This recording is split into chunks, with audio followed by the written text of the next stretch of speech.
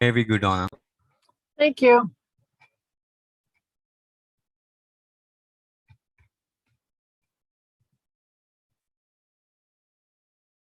We are live streaming and recording. Thank you.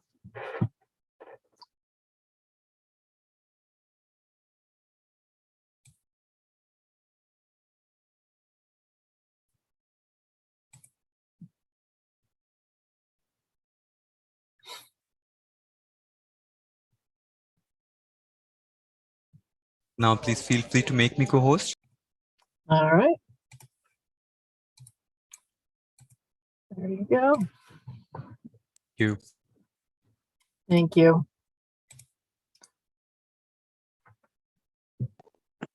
Donna got you right. Hey, hi.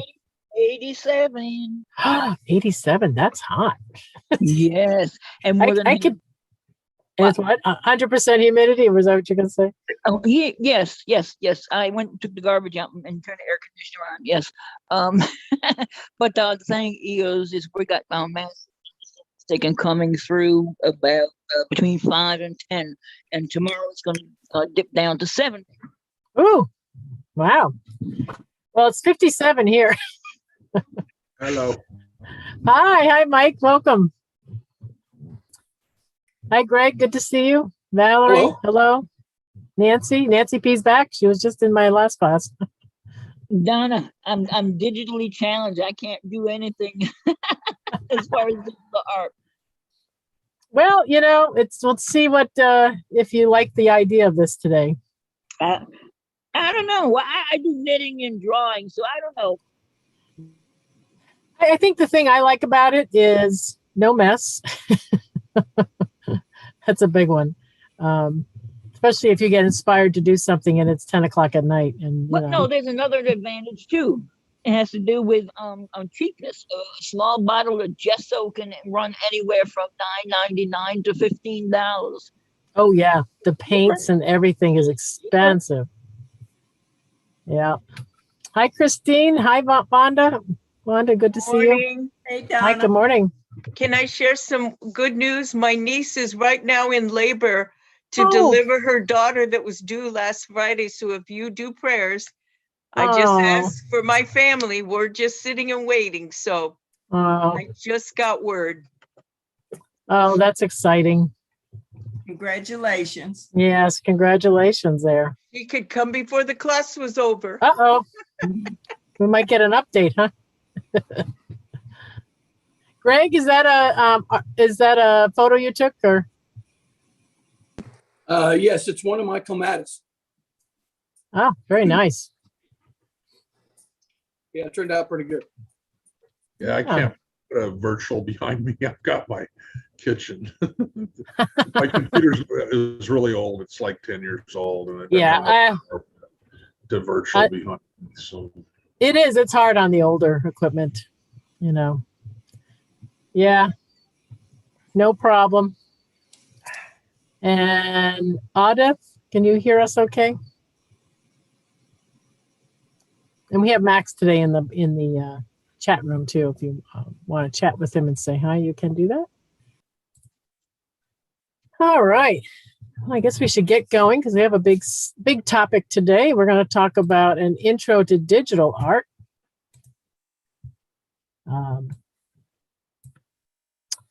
I'm your guide, Donna. I was in the IT industry for over 30 years. I like to help people get over their fear of technology. This session is being recorded. If you wish to get a copy of the recording, you can email help@getsetup.io. And we're being live streamed, so hello to everyone out in live stream world. Come on in, register, and let us get to know you. Get Set Up, we're not paid to promote any of the products I'm going to be mentioning today. This is strictly for our own knowledge. So we're going to talk a little bit about what does it take to get into doing some digital art. It really actually doesn't take too much. Some of the equipment that is needed, a little bit about what tablets and touch screens and styluses are all about, and some software that can get you started. Now, is anyone doing any digital art right now? I am. Oh, yeah? What are you doing? Drawing using Procreate on my iPad. I got an iPad Pro 2020 that I'm kind of playing around with. I mean, I'm not. Yeah. I mean, it's got a stylus or a pen that you can change it around, make it brushes, watercolor, different on it. I just don't know how to use it real well yet. There's a little learning curve with these, as with any software. We all know what that's all about. It's like, Valerie, how long have you been using Procreate? Probably about a year now. Mm-hmm. Yeah.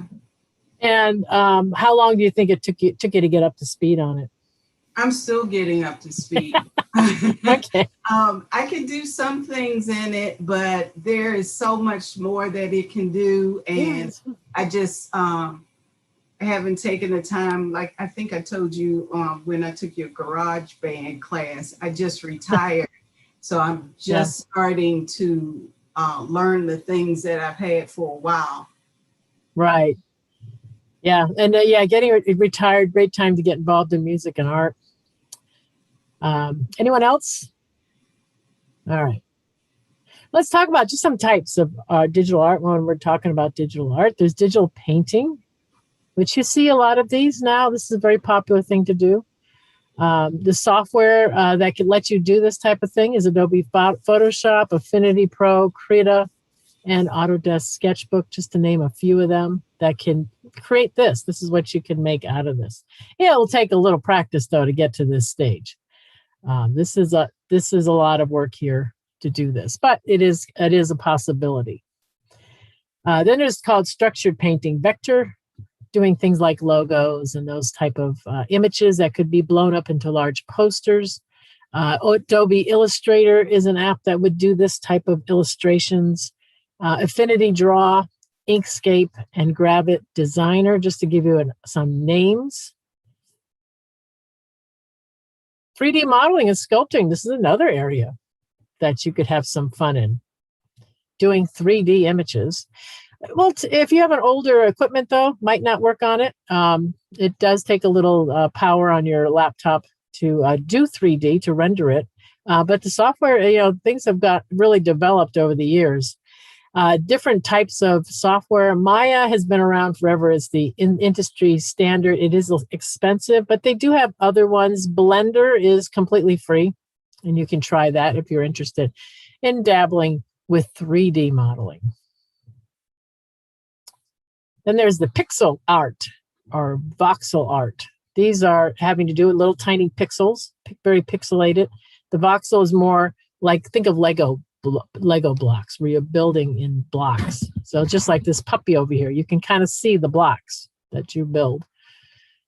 So this style, there is an online app called Pixel Art, and if you're going to do the voxel like this puppy here, Art Blender would do it. And there's also another one that's free called Magica Voxel. So that's, if you're interested in playing around with something like this, this is something you could do. There's another area called isometric art. This is 3D art, but it's in a scene.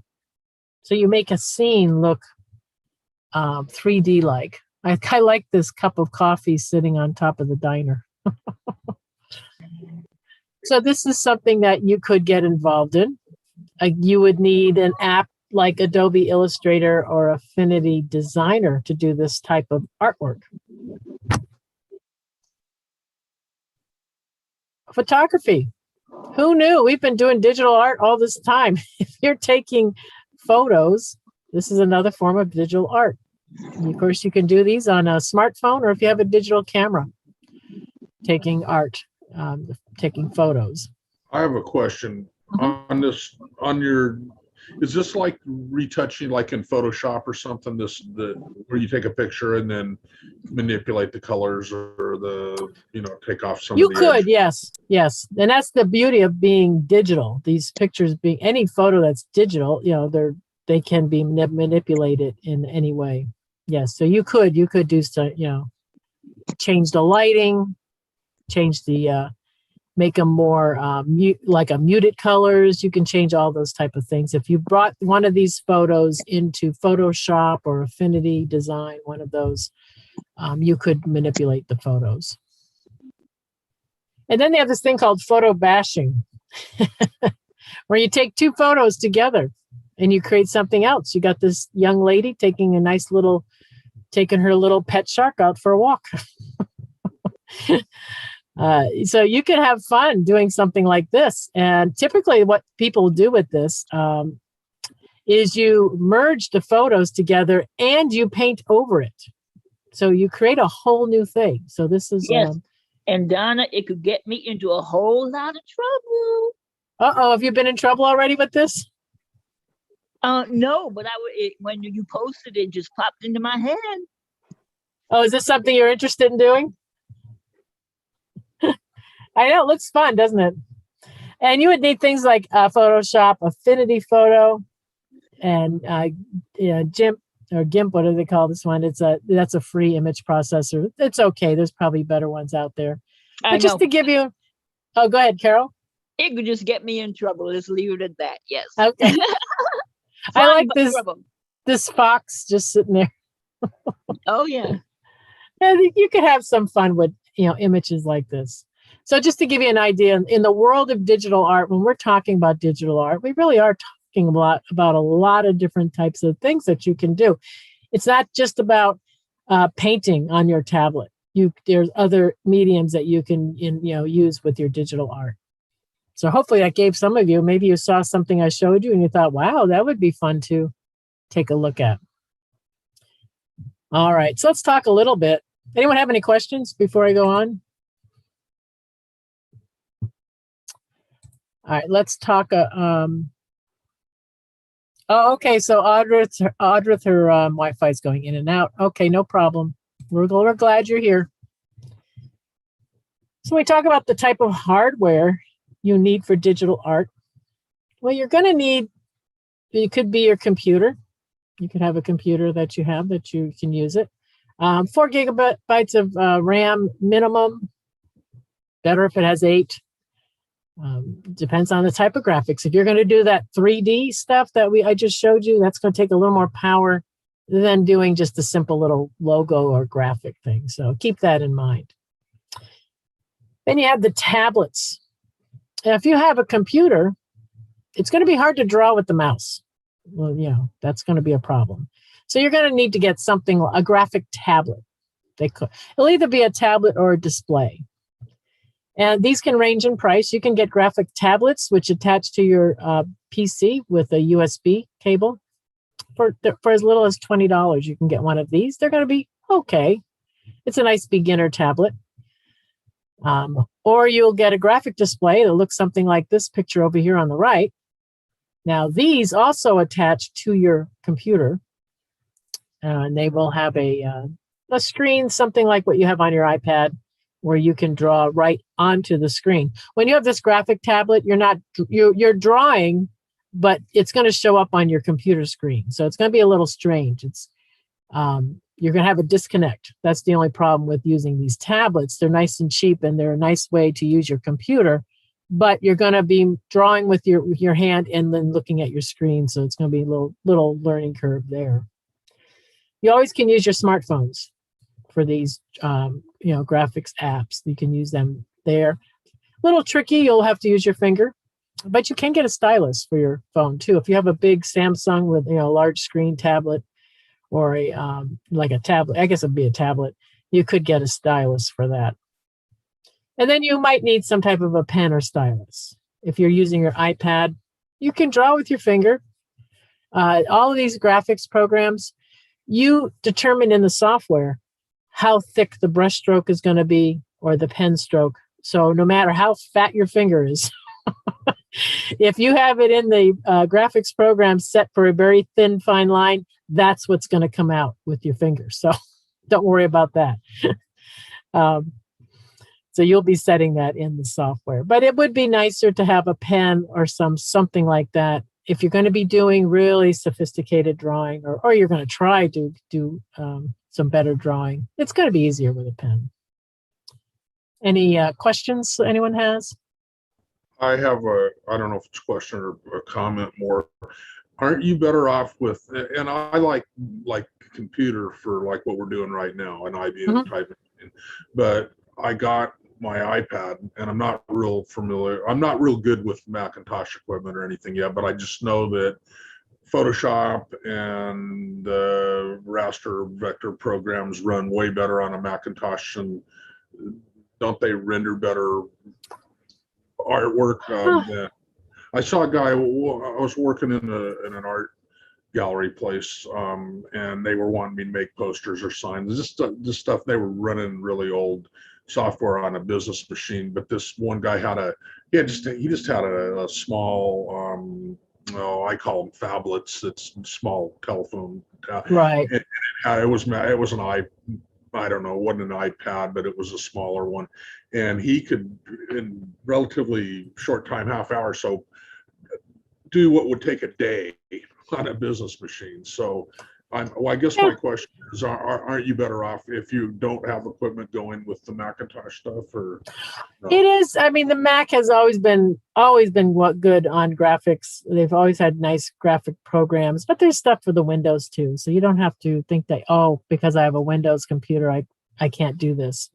Okay. In fact, I don't think I have it up here. I just installed this app called ArtRage.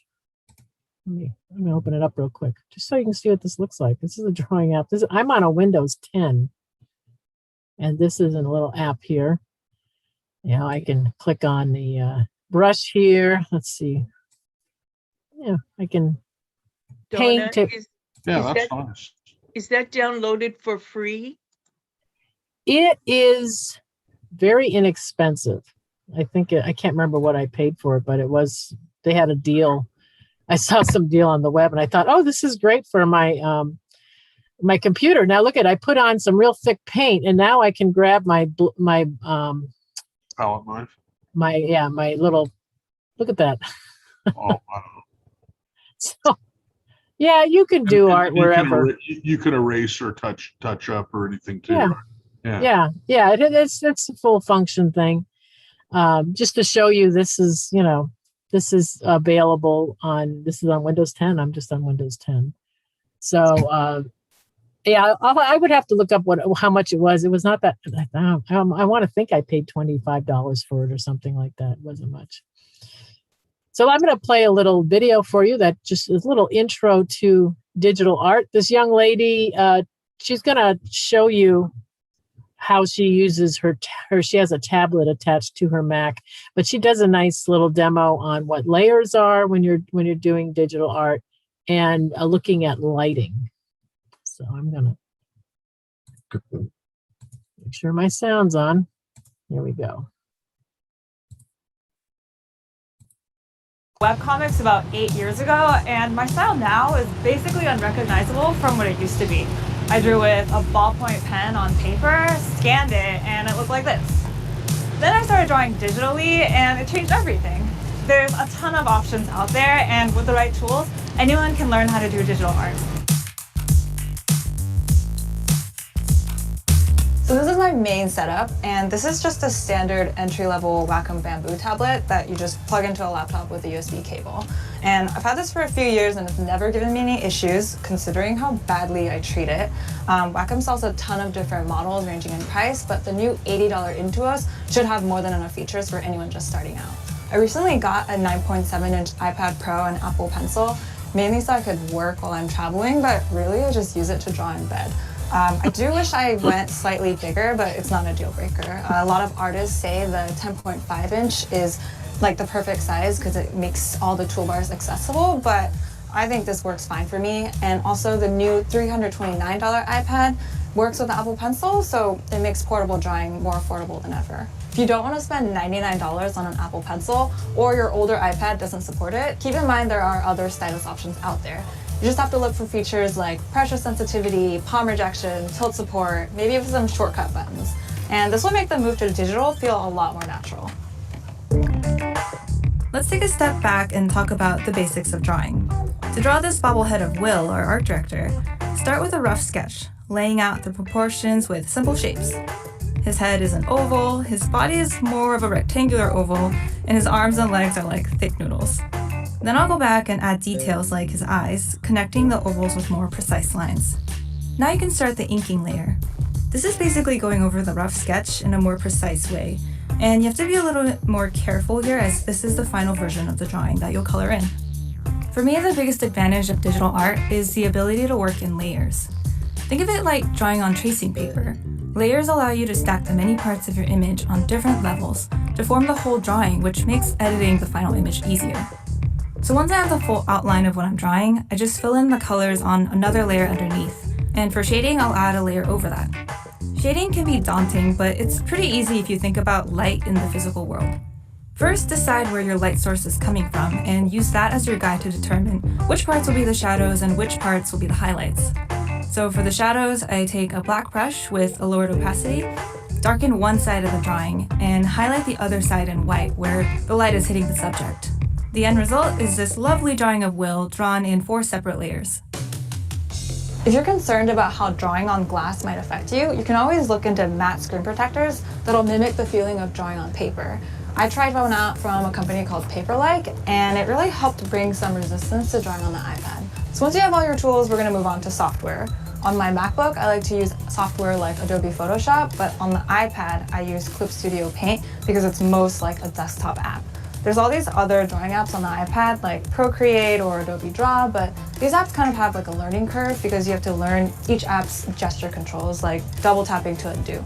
If you're not happy with any of these apps, there's always other options. There's software like AstroPad or Duet Display that lets you connect your iPad to a computer so you can use it as a second display. And if you're in the market for a new laptop altogether, there's always 2-in-1 devices like the Microsoft Surface Pro. So everything's on there. You can use the desktop version of Photoshop, and there's no transferring of files like you would have with an iPad. Since I'm most comfortable with the macOS interface, using a Wacom tablet just makes sense for me. If you're in a position where you're trying to decide what's best for you, think more about the apps you want to use and for what purpose. But ultimately, making art is a personal experience, so play around and find your favorite options. Thanks for watching. This is from our So that gave you a good demonstration of how she's using it. Anyone have any questions about that? So so what she was demonstrating was almost like the old Photoshop that was on the desktops a long time ago. Mm-hmm. Yeah, yeah. Layers. Remember the old Photoshop days? Yes, Well, yes. Yeah. A lot of people don't like Photoshop anymore because you have to pay monthly. You know, it's not a one-time thing. But I was thinking the layers as far as the guy's clothes are concerned. You could take off a couple layers and you could take and draw a different shirt on, and then you don't have to go back to your base. I'm lazy. Exactly. I'm lazy. Well, that is the beauty of the digital, working with these digital apps, is they do the layers. So you can work layer by layer as you're doing your painting, whatever you're working on. And this way, if you screw up, you don't mess up the whole thing. You can go back a step. So I'm going to play this other one, talking about traditional art versus digital art. What is the difference between traditional art and digital art? While traditional art is the earliest form of art, it involves real, tangible materials like paints, pencils, charcoal, canvas, and paper. It's basically anything that's real and physical that you use to create artwork. You use all these materials along with your skill and imagination and knowledge as an artist to create things. Digital art requires a computer, a tablet, or mouse, and the artwork is all digital, meaning all of the art is created while looking at a monitor or a screen rather than paper or canvas. You decide every brushstroke, every color placement down to the last pixel, and you are behind every decision that goes into the drawing. It's not the computer making the art, it's still you, it's just pixels rather than paint. You can go between the two mediums as well because you can scan traditional art using a scanner, and it will show up on your computer as a digital file, and this way you can send it to people and you can edit it just to clean it up and everything. And you can make prints of digital art in order to turn it into something real and physical. And this is a really cool feeling. Printing off your digital art and having prints of it is just, there's nothing like that. Just seeing what you've been looking at on a monitor finally like come to life is really, really cool. And you can also combine them. You can take a picture of something traditional that you've painted, add a little bit of painting digitally, and it's a mixture, the best of both worlds. Both of these mediums are different, but they both require a high skill level to achieve good results. You have to be a good artist to create good art. That's just how it works. It doesn't matter what medium you Oh, use. darn. It is your skill as an artist and your preferences on what material you want to use. One isn't better than the other, and they both definitely have their differences and their pros and their cons. So for constructing drawings like sketching and the planning process, I would say that digital art is probably easier for this, and it's more difficult for traditional artists to construct drawings. And this is why. So it's definitely easier to construct a drawing in digital art because you have Control Z, which is like the undo command. So basically if you make a brush stroke and you don't like the way it looked, you just press Control Z and it disappears. You have selection tools. You can flip the drawing, rotate pieces, erase an infinite number of times without your paper completely dissolving. And for traditional art, if you want to move something 2 inches over, you have to erase the entire thing that you just drew and draw it again in the place you want it. So it's definitely more efficient to create an idea digitally than traditionally. And actually, I know a lot of traditional artists will kind of put together their idea in Photoshop and then use that as a reference when they paint it traditionally.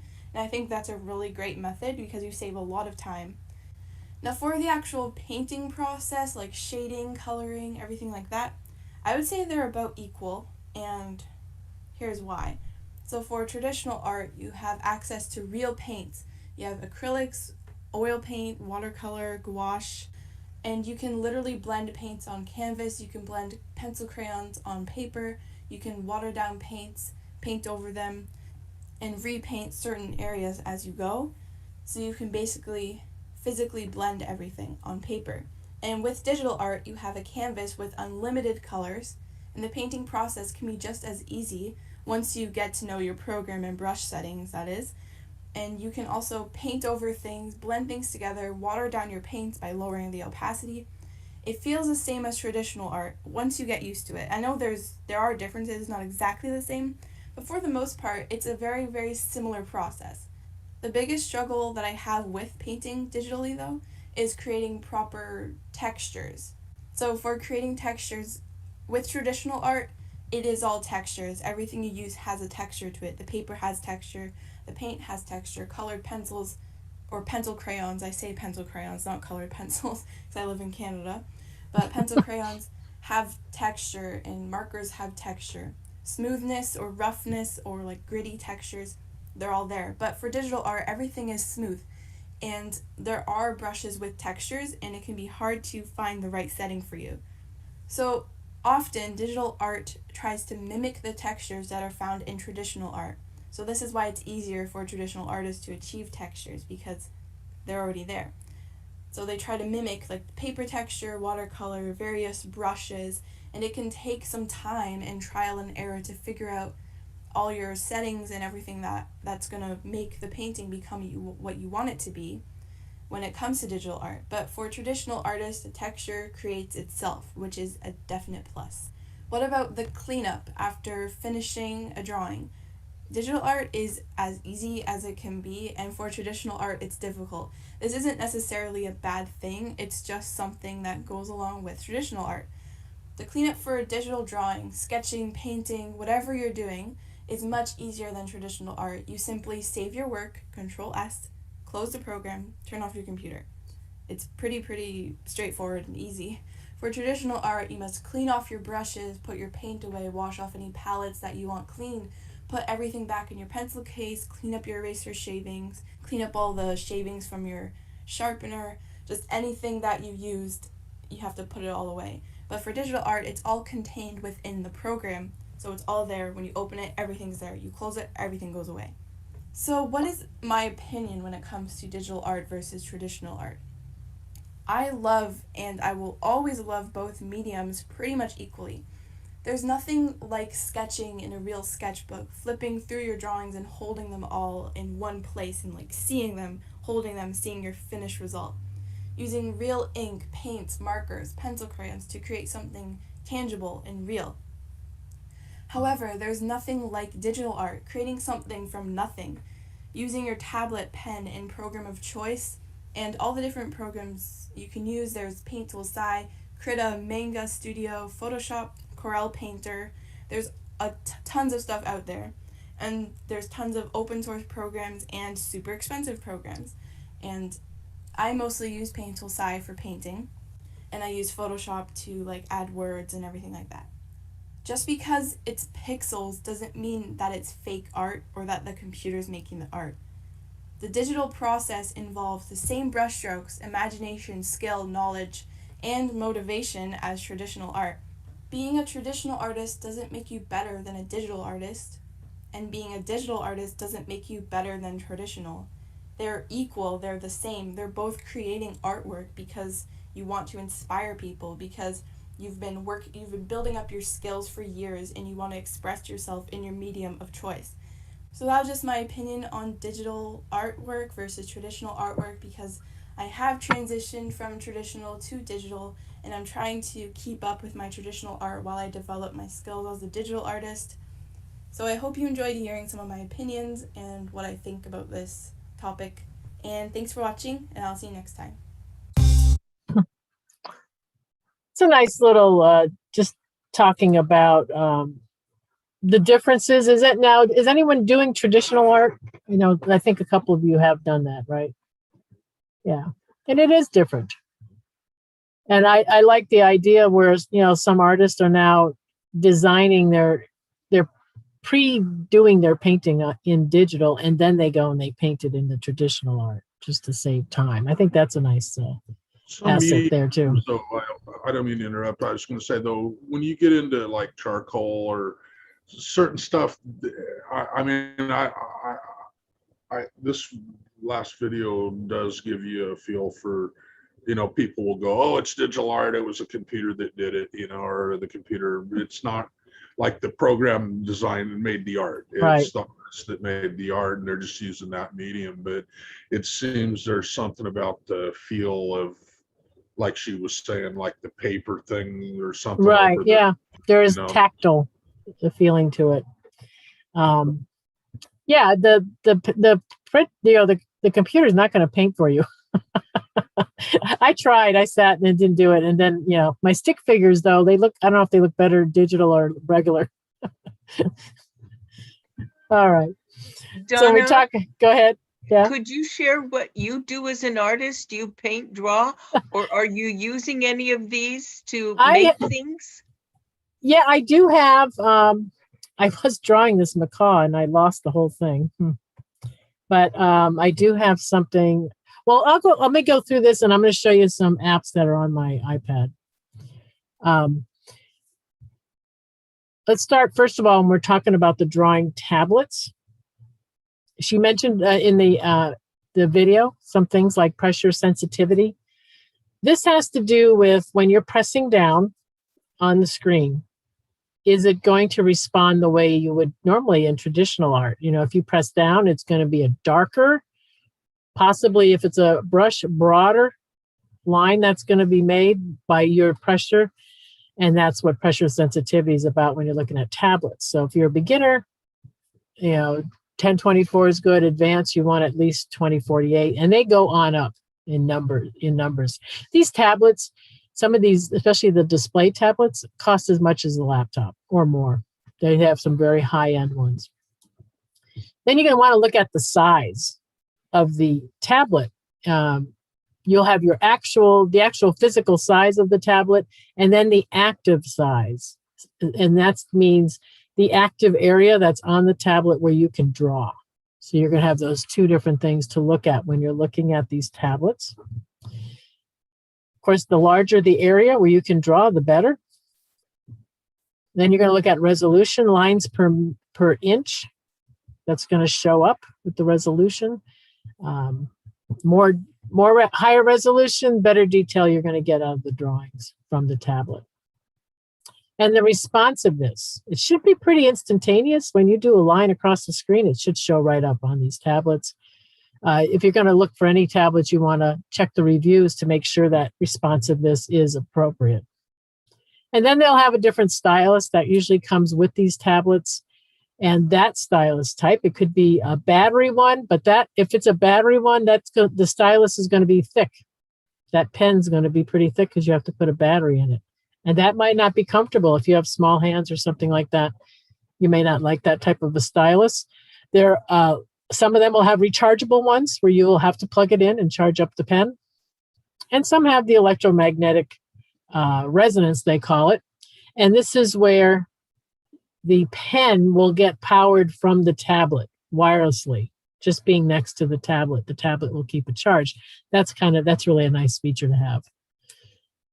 And tablets will have various controls. So you might want to look and see if you can program what the different controls do. And if you're more experienced at digital art, you'll have certain hotkeys that you cannot live without. So when you're shopping for tablets, you'll be looking for stuff like that. But as a beginner, it's probably not going to mean too much to you. And then battery life. What kind of battery life do these tablets have? You want at least 3 to 4 hours. And they should at least have a warranty of something from the manufacturer, at least a year. At least a year would be nice. Now, if you're if you're an advanced person, you're going to be looking for things like they have this thing called tilt sensitivity, meaning when your pen is on the tablet, when you tilt it and then you go across the screen, it should show up with a wider, just like you would do when you have a pencil in your hand. If you have the pencil up vertical and you're writing, the most narrow line is when your pencil is vertical. But as you tilt it down and you start going across the page, it gets wider. That's what that tilt sensitivity is. Can the tablet sense that tilt? So when we look at these drawing tablets, they have the non-display ones versus display. The cheapest one are the non-displays. They, just like the lady in the first lady, had that Wacom tablet attached to her Mac. It has no display. It's just a pad that you're going to write on. It's going to attach to the PC with the USB port. It usually will come with a pen. And of course, the con on that one is as you're drawing on the tablet, you've got to look up and you've got to watch what you're doing on the screen. So there's a little disconnect there. But you will get used to that over time. And it's a good one for beginners because you don't have to put down too much money on that. And they do have pressure sensitivity on these, even the low end ones. So you can find some that will be in that range of the 1024. Now the display ones, these are more expensive. And you do need a PC. They're not like an iPad. Even though they look like they could be an iPad, you still have to attach to a PC. And usually they attach to an HDMI cable. And they will come with some type of a pen or stylus. Let me show you Wacom, their website. They have the full range here. They've got little smart pads. You can be writing and it actually turns your writing into digital. They've got the pen computers. Full art studio right there. Pen displays, these are the ones that we're talking about. If we go look at the Wacom one, this is going to be a display that has to attach to a computer. And then they have the pen tablets. This is the one by Wacom. Let's go ahead and I'm going to click on this one so you can see what it looks like. This is what it looks like. So you'll just be drawing on here and it will show up on the screen. If we look at one of their displays, let's look at the Wacom one here. Kind of confusing. One's Wacom one and one is one by Wacom. Here's what it looks like. It's going to be a lot more expensive. I don't know what this one costs. These type of displays, they usually start at about 300 something, and then they go way up. You can get a couple $1,000s, some of these, but that's what they look like. Another manufacturer, Hurion. We look at their products. Again, they have the tablets. This is their entry-level tablet here.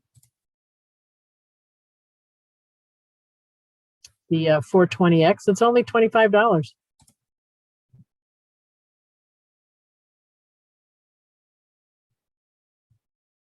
I've seen some reviews on this one on the web, and people like this one. They say this one works pretty well.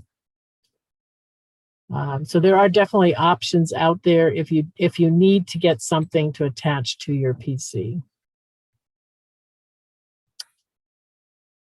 And the manufacturers, I just showed you Wacom and Julian. There's also XPen is another popular one. And most of their styluses are rechargeable. Oogie, very comparable to the XPen. So these four are the big manufacturers in this area. The one thing about the Hurion, they're saying that they don't have erasers or tilt sensitivity. So that's something that, you know, if you're more advanced person drawing, that could be a deal breaker. So I would check on their website to see if they've added any of these features if you're looking at a tablet. Again, this is the Hurion 420. This is what it looks like. XPen Star, this is what their little tablet looks like with the pens. If you have something like an HP or Microsoft Surface Pro a laptop or something like that, they have screens that you can draw on, those type of laptops. So if you have something like that, you're golden. You can just do it right off your laptop. But if you don't have that type of thing, you will have to hook up a tablet of some sort, probably to your computer. And then there's the digital pens. Wacom does the bamboo tip $50 pen that you can buy separately. Will work on most tablets. You know, and will work on the iPad. If you have Samsung tablets or something like that, they should all work there. The Surface Pen is with the Surface Pro. Or the Apple Pencil, depending on what type of iPad you have. The low end one is $95 for the lower, Generation 7, around there. And then the Apple II, it's $125 for the newer iPads. Different manufacturers in this area, of course, Apple Pencil. It really is, it really does a lot compared to some of these other pens. It really is high end in this area. Adonet Note is another one. This is good for newer iPads. On the budget side, there's the Miko Universal Stylus. The Wacom Bamboo Fine Line 3 is great for sketching.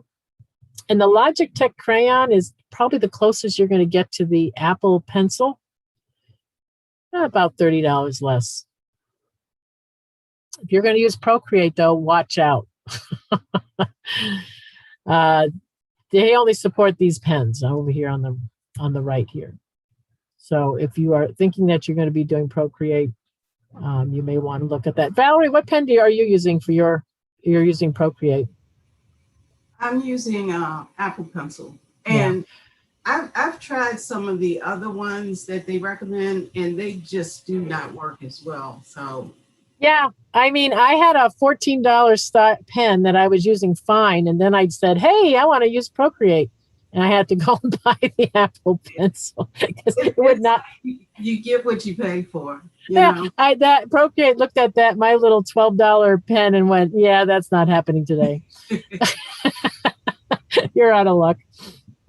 So that's another thing you're gonna have to look at. What type of app are you going to be using, and see if they will support it. And it is, and what type of tablet you buy too. So there's a lot of factors that go into the pens. So be prepared. You might end up buying a couple of them.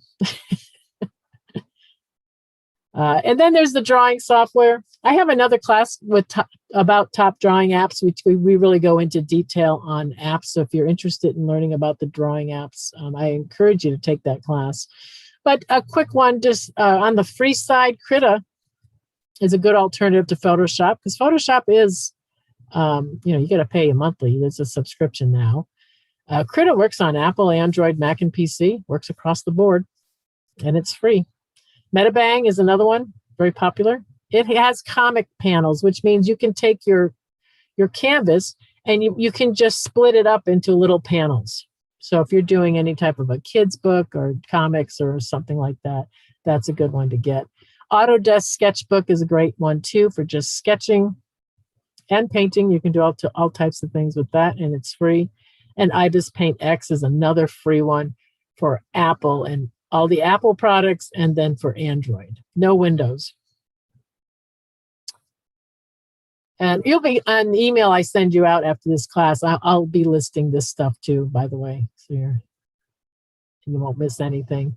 On the paid side, Procreate's $10 one time, which is a good deal. And it's iPad only, but they have Procreate Pocket for $5 for the iPhone. So if you want to, try it out on the iPhone, they do have a different version for that. Corel Painter has been very popular, $32 for that one. You can do, it mimics real paint and pencils. Clip Studio Paint is very popular. It's about $60. Affinity Designer is another great one. It's only $25. You can check that one out. And the one I had shown you from my laptop, Art Rage, is another one that you can try out too. Usually the ones that have a paid version do have trials, so you can always load them up and try them out first and then decide whether or not you want to pay. Valerie, do you have any other recommendations, by the way, since you've been doing this for a while? I've used the Autodesk Sketchbook. That one is really good. I like that. Yeah. This one's good too if you're ever going to do technical drawing. That's the one I'm talking about. Autodesk Sketchbook. What was, when you ran that one, the second video that you showed, what was she using? I saw trying to pick up on the side panel, or I just didn't know. Yeah, I didn't look that closely to see which one it is, but you know what? I could look in her, sometimes when they do the videos. They list what they use. They list, you talking about the traditional lady here? Yeah, the lady that was comparing the two arts Yeah. back and forth, and when she was doing her digital, she was pulling up her side panel there for her brushes, right, color tones and stuff. I just couldn't. It was out of focus, and I couldn't read that. Yeah, it's so small. Can't figure out which one that is. I was just curious. Yeah.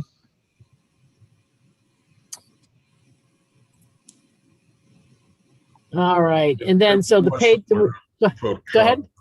I was just gonna say it's similar to like a Photoshop type one. All of these is very similar. Photoshop had, I used Photoshop for years, and then it went into the subscription thing, and I'm like, I'm not paying subscription for that, because there's so many things out there that you can just do a one-time purchase and that's it, you're done, which is kind of nice. So if you're just getting started, if you already have the iPad or a tablet, you can just get one of these free apps, or you can get Procreate if you're interested in that one, and draw with your finger. If you already have the iPad, go ahead. You can just do it now. Better is with a pen. If you have a stylus, you'll get a little more enjoyment because it'll feel more like you're drawing.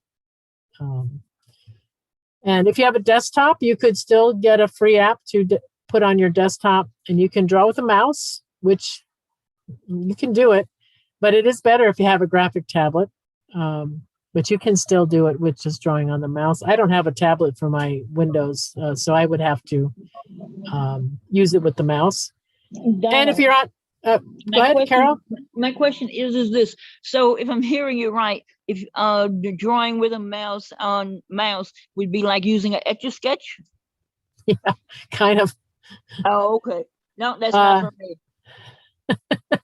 Well, you know how it is. If you ever tried to play Pictionary with the mouse on your phone, on your laptop, if you'd ever tried to draw anything with your mouse, you'll know what I mean. You'll have more control with some type of a stylus or a pen. And if you're just going to do this on your phone, you can download one of the free apps and you can draw with your finger.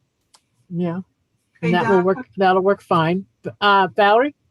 Some people, they don't like the feel of the stylus on their glass screen. And some people get the covers, which like for my iPad, I bought it because I like the how it looks. So I got this thing. I don't know if you can see it. Is it that Paperlight, what she was talking about? No, oh no. I got a tip. Oh, that okay. I put on the top of my pen, and it gives it's like it feels like rubber. They come like I don't know, like 10 for $10, and I put it on the tip of my Apple Pencil, and it gives that drag that you get on paper without having to put something over your screen. Do you remember what they were called? Or Like pencil tips, Apple pencil tips or something. And it's like you get maybe 10. It's only like $9 for 10. And I like that a lot better than putting the cover over my screen. Right. Yeah. Yeah. Because the lady in the video, they have this paper light or something they call it. I do have that, and it does feel better, but it makes that crisp look that you get on your iPad. It mats it, and I don't like that. Yeah, I was thinking of getting that for mine, and then that's what I read was they said that it kind of dulls the look when you're looking at the screen. If you put a tip on your pen, you get that good feel of drawing. Thank you. That's a good point. Any other questions people have? All right, I'm going to show you some that I have on my iPad here. Let me share it out.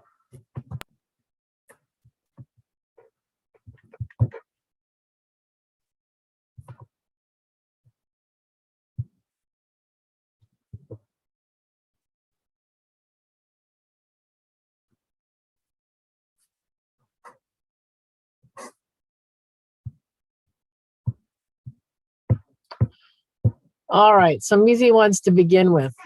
There's for the iPad, I don't believe this one is in Android, ArtSet 4. If I open this one up, it's free. The thing that's kind of cool with this one, oh, here we go. This is what you see. It's very open. There's not very many controls to worry about it. If I click down at the bottom of the screen here at this plus button, I can choose what kind of paper I want, and they have textured colors. So you can come in here and choose what you want. You can do grids. If I say I want to change it to this color, now I've got that. To the left here, I'm going to click on, this is where I can select what type of, what am I going to use? Am I going to be painting, coloring? Let me get to the top here so you can choose pastels, watercolor, whatever you're doing. You can select them here. And then in the left corner, if I click on this is where I'm going to select the color that I'm going to be choosing to draw.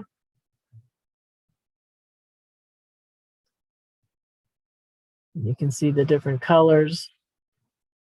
And it will show you the name of what's nice about this one, they don't always do this, the name of the color.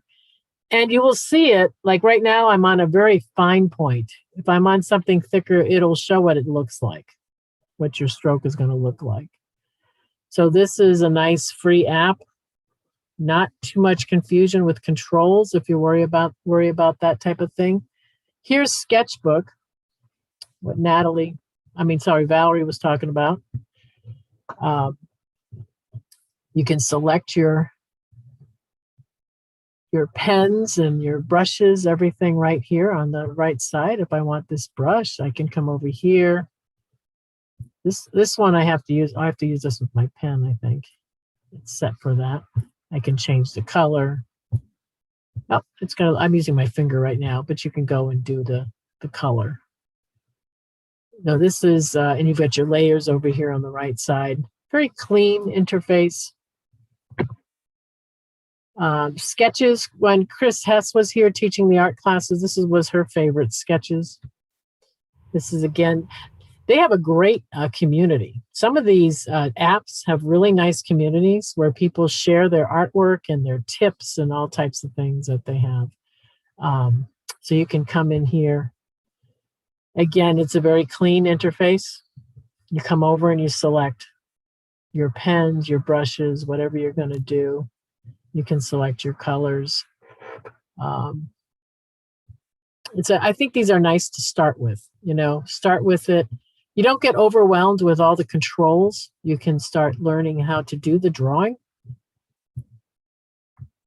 Of course, all of these apps, the nice thing is, they are free. Procreate right here. Now this is one of my artworks from Procreate. I won't be doing a show anytime soon, but I did this in 5 minutes to 10 minutes. I was just playing around with the brushes and the colors and just started doing abstract stuff. And that's what I came up with. So this is the one that's $10, Procreate, very popular. I have a friend of mine whose daughter just graduated from college last week, and she's a graphic art, digital media artist or whatever they call them now. And I asked her, I said, what are you drawing on? And she said Procreate. That's what everyone's, it's very, very popular. Nice, clean interface. You don't get too, buried with the controls, because some of them, they have a lot of, controls around them.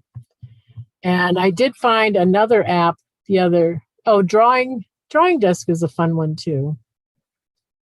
This is going to be for Android, iPhone. The best thing is to just go take a look in your the Play Store or the Apple App Store, and you can take a look. This one has different, like if I go to Sketch Desk, I'm going to click on that one. There's your pens right here. So it's got different, go back to that screen. You have a doodle desk. If I go into here, now I can doodle with different pens. And then there was another app I just discovered last week. This one's Realistic Paint Studio.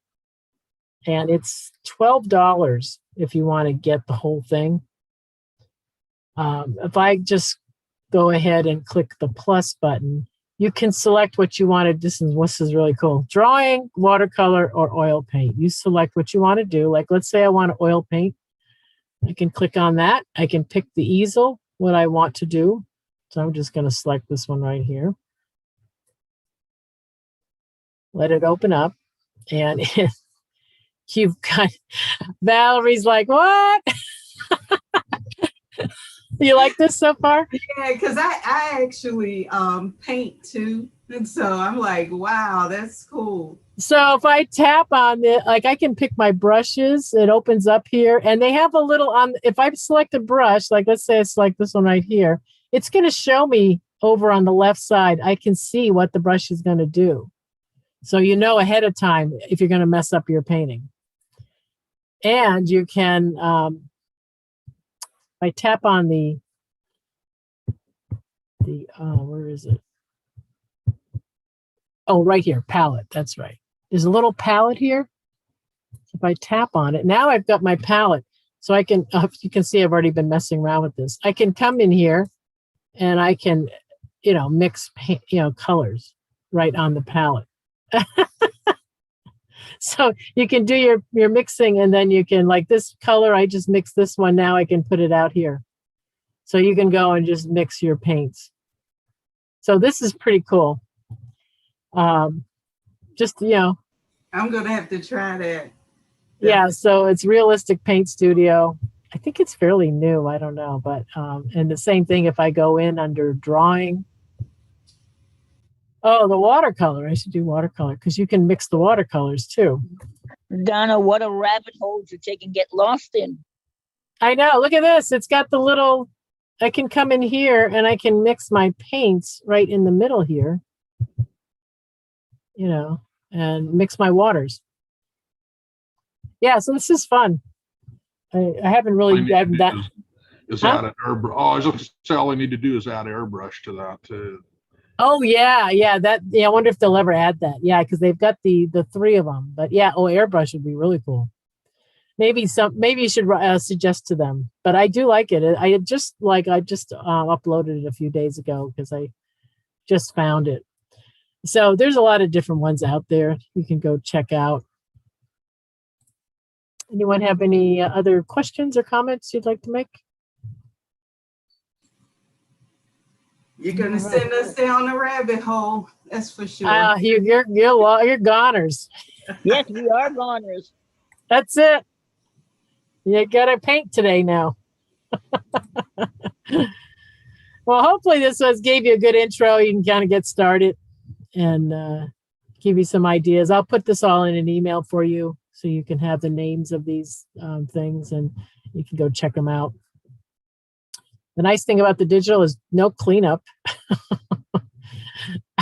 It's so true. I mean, yeah, especially if you just feel like doing a little painting 10 o'clock at night, you don't feel like dragging out all the supplies and then you got to clean it up. And, if you don't have the luxury of having a separate room to close the door, it's kind of hard. So other classes we have: creating art on the iPad. There's the magic of photo apps, turning them into digital works of art. We have a lot of different art classes, famous women in art history. We do Leonardo da Vinci.